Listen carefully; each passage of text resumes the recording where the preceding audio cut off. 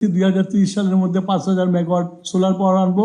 আপনার বিদ্যুৎ খাতে যেটা দিয়ে নাকি চলবে ইন্ডাস্ট্রি, যেটা নাকি গ্রোথ বাড়বে, সেই বিদ্যুৎ খাতে হিসাববিহীন যে আইপিপি দিয়ে গেছে যে তাদের কাছ থেকে বেশি দামে বিদ্যুৎ কিনে সেই বিদ্যুৎটা আমরা কনজিউমারের কাছে আমরা কম দামে বিক্রি করছি। তার যে গ্যাপটা, ভর্তুকিটা, সেই ভর্তুকিটা অর্থ মন্ত্রণালয়কে দিতে হচ্ছে।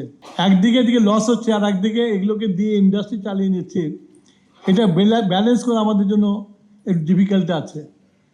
2 নম্বর হলো, আমরা যখন এই দায়িত্বভার গ্রহণ করেছি, এই দায়িত্বভার গ্রহণ করার পরে প্রথমেই আমাদের উপরে দায় এসে পড়ছে 56,000 কোটি টাকা, যে নাকি এই আইপিপি গুলোতে পেমেন্ট করে নাই।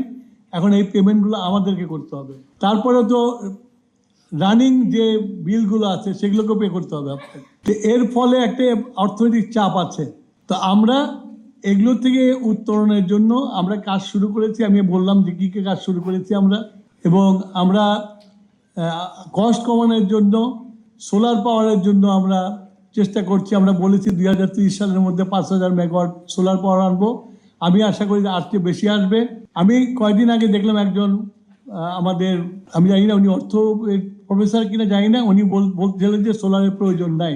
কিন্তু আমি বলতে সোলারের প্রয়োজন আছে। এই জন্য প্রয়োজন আছে, আপনার ইউরোপিয়ান কান্ট্রিগুলা আমাদের যে গার্মেন্ট এক্সপোর্ট হয়, কমপ্লায়েন্সে পরিষ্কার বলে দিয়েছে অ্যাটলিস্ট 30% তোমরা যদি সোলারের পাওয়ার ইউজ না করো, তাহলে তোমাদের এক্সপোর্টে আমরা কমিয়ে দেব, অথবা আমরা ডিউটি বাড়িয়ে দেব। সুতরাং সোলারে আমাদের যেতে হবে।